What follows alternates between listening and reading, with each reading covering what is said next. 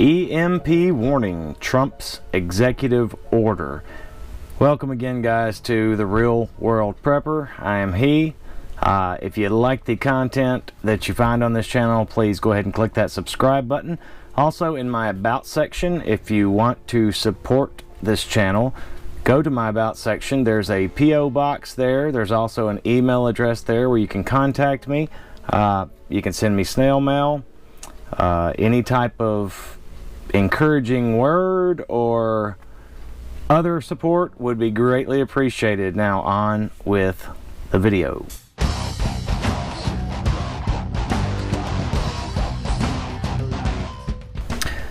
Alright, so no doubt you guys have heard, well, I say no doubt, maybe you have not, but perhaps you guys have heard about the executive order that President Donald Trump issued recently. I believe it's been about 3 weeks now, for EMP, a study on EMPs. This executive order was put in place to safeguard our power grid against an EMP on the one hand, and it is a more than putting actual safeguards in place. This executive order is to allot money for a comprehensive study that will study our grid and how it works, and you know, the layout of everything, and so that they can figure out how to best protect it against an EMP. Okay, so an EMP, an electromagnetic pulse, is something that would either be caused by a specifically built and executed nuclear device. There have been EMP pulses that have affected electricity in other ways when they've tested various bombs, different countries testing various systems, all the way back to the 60s. So where they see the effect of this. And then a natural event, a massive solar flare, could indeed do the same thing. Much like the 1959 Carrington event that took place. And of course, back in 1959, there was very little electrical things running around. Mostly it was telegraph offices. And I mean, there were stations that actually burned down. There were operators that got shocked. You know, it burned up pretty much the whole system. This was a huge event. And a lot of engineers and scientists speculate that if we had even a near Carrington event, that the level of dependence that we have now on our power grid, and of course with the rollout of 5G and everything, the Internet of Things, that it would shut us down. You know, it would shut things down. Why an executive order? Why did Donald Trump put this in executive order? Well, to me, it is it's to emphasize the importance of this thing. And I've got a couple of angles I want to point out. First of all, an executive order, you know, a law, first of all, has to go through the entire legislative process. You know, it has to be approved by both houses of Congress, whereas an executive order does not. The president just signs it and it happens. And it stays on the books until another president reverses it. There's typically no timeout on these things. It's common for presidents to reverse executive orders of their predecessors in some cases, and in many other cases they leave them. There's a lot of them that are still on the books that go way back. So again, the executive order emphasizes the importance of the issue. Now, I'm just going to throw this out there. Is the importance of the issue to protect us, the American citizens, as well as, of course, our working government and all, you know, against the threat of an EMP so that it doesn't shut down our way of life? Or is it to possibly protect their investment? What their investment, I propose, is the 5G network, the Internet of Things, where I mean, there's already so much spy activity going on now within our own country, as you guys more than likely know. But with the Internet of Things, when your appliances, when your, you know, of course your TVs already do, but your refrigerators, you know, your phones, your cars, everything, you know, is hooked up on the Internet. Your Alexas, if you've got those terrible devices in your home, sorry if you do, but, you know, or Echoes or any of that stuff, spyware is what that is. You know, when everything is connected, then somebody, if they want to look, will know your every move, know where you are at all times, who you deal with on a daily basis, what you buy, what you eat, when you do it, when you sleep, when you eat, where you are specifically in your house, a mapping of your house. So there will literally be no corner, no crevice, no hole that hasn't been discovered and seen and looked at and known about with the Internet of Things. So again, the importance is stressed by the executive order, I believe, and it's for one of those two reasons, maybe both, but at any rate, without getting into that part, let's just talk about this for a minute. So again, the effects, if we had a near Carrington level event or more, it would catastrophically overload our power grid.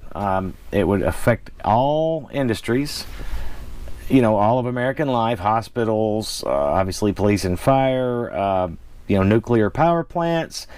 Think about all these biomedical research facilities that have these dangerous superbugs, the ones that are discovered as well as the ones that are being man-made. All these things have systems in place, like nuclear power plants and everything else, to keep things working, right? To keep powers going where it needs to go, so that machines can take care of things, and cooling can happen, and heating can happen, and whatever it is that's in place to keep these systems working. So if all that's gone, then you're going to have nuclear power plant meltdowns. You're going to have again, these bio research facilities with craziness coming out of them that's going to affect people. It's going to be, not to mention the fact that trucks are going to quit running, mills are going to quit running, manufacturing plants are going to shut down. So basically we're going to come to a standstill, a screeching halt, and so whatever's left on the shelves of grocery stores once looted and gone is gone. So this is why we prepare, guys. This is one of the reasons why we prepare. Now, there's a lot of talk, and even from myself, about various ways that we might see big-time events take place that would affect us in such a way that would prompt us to want to be already prepping. I believe an economic collapse is inevitable because, it just is. Our system is propped up on nothing. $22 trillion in debt, our national deficit.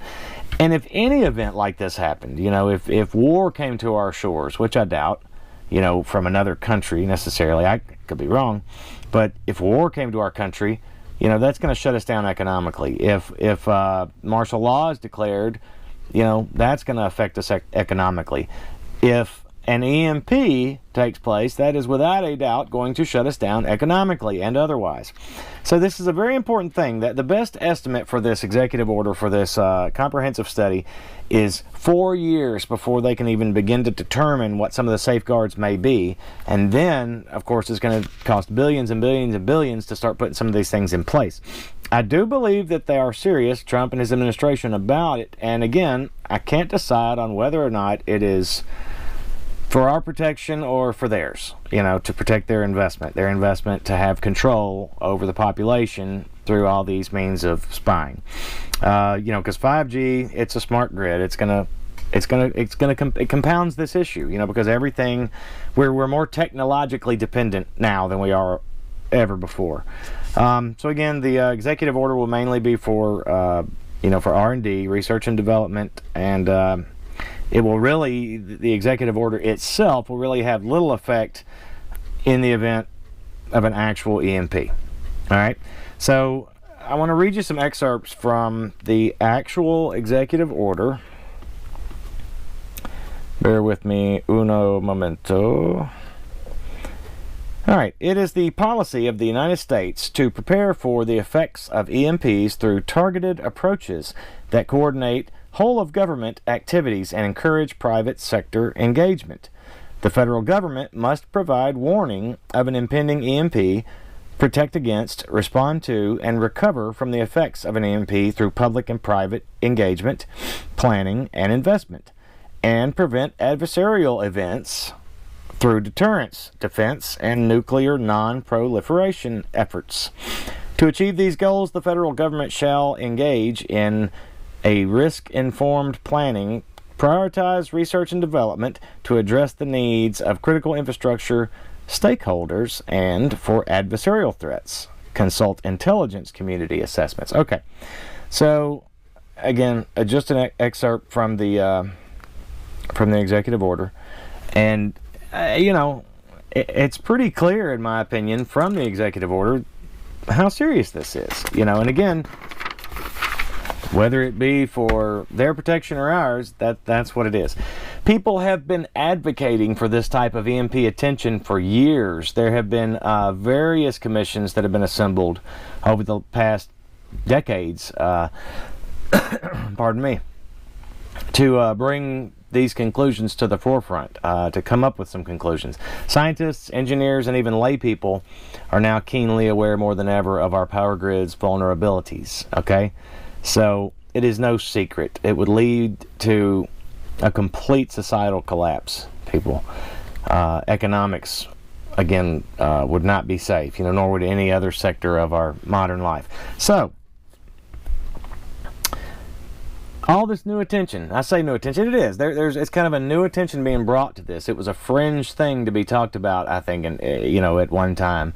EMP, scary EMP, or one of those guys. Well, there's an executive order now signed, so obviously it's important enough in the higher ups, and people, again, have been advocating for a very long time. So, is this an implication that there is a known and credible threat now from an adversarial source? Do they know of some kind of clandestine operation that is in play now that will happen, or that is scheduled to happen, could happen? Who knows? Only time will tell. But if the U.S. government and the President of the United States are concerned about it enough to bring it this type of attention, should we not also be concerned about it? Should we not also be preparing in ways so that if we do not have power, if we cannot go get things, there's nothing to be had, it's going to be tough enough even if you've got 10 years worth of stuff put away, right, to keep up. It's going to be very, very tough, to say the least. Most people agree that about 90% of the population of the U.S. will die within the first year if there is a grid down scenario caused by an EMP. So, prepare, protect yourself, prepare. We've got massive flooding in the Midwest. We've got cattle die-offs, food production shortages. People are going to lose their minds. People are going to do unscrupulous things, to say the least, to survive. Our command and control of our security of our nation depends on communications, which are electronically driven, so that's going to be affected. It's anybody with a nuclear program or a nuclear interest or nuclear studies, any country could perpetrate such a thing, okay? Pakistan, India, Israel, Russia, us, China, Britain, France, North Korea, they all have nukes or are working on nuke study. So, you just got to consider these things, okay? So don't let anyone do your thinking for you, guys. Think for yourself. Think about what this means to you and your family. Think about the importance level you want to put on it, and prepare accordingly. Listen, I guess that's all I've got. Just want to bring this to your attention, if it hadn't been brought to your attention, and to think about some of the aspects of it and the why. And the big question I want to ask is, are we protecting, is this executive order and this study and subsequent whatever might be done to it, if we make it long enough to actually see these steps put in place before something happens, are they to protect us, the American people, and the grid system that we depend on, or are they to protect the grid system as the investment that it is for the controllers of this country, nay, the world, to be able to know where we are, what we do, who we are in every instance? Tell me what you think in the comments as to which two of those scenarios is more likely the reason behind it in its broadest sense. And again, go to my About section and first of all, subscribe, and go to my About section, and if you've got any personal private questions you want to send me, I've got an email address set up there, And I've got a P.O. box if you'd like to support this channel with any type of donation or just a kind word. Certainly would be appreciated. Thank you for watching The Real World Prepper, and we will see you next time.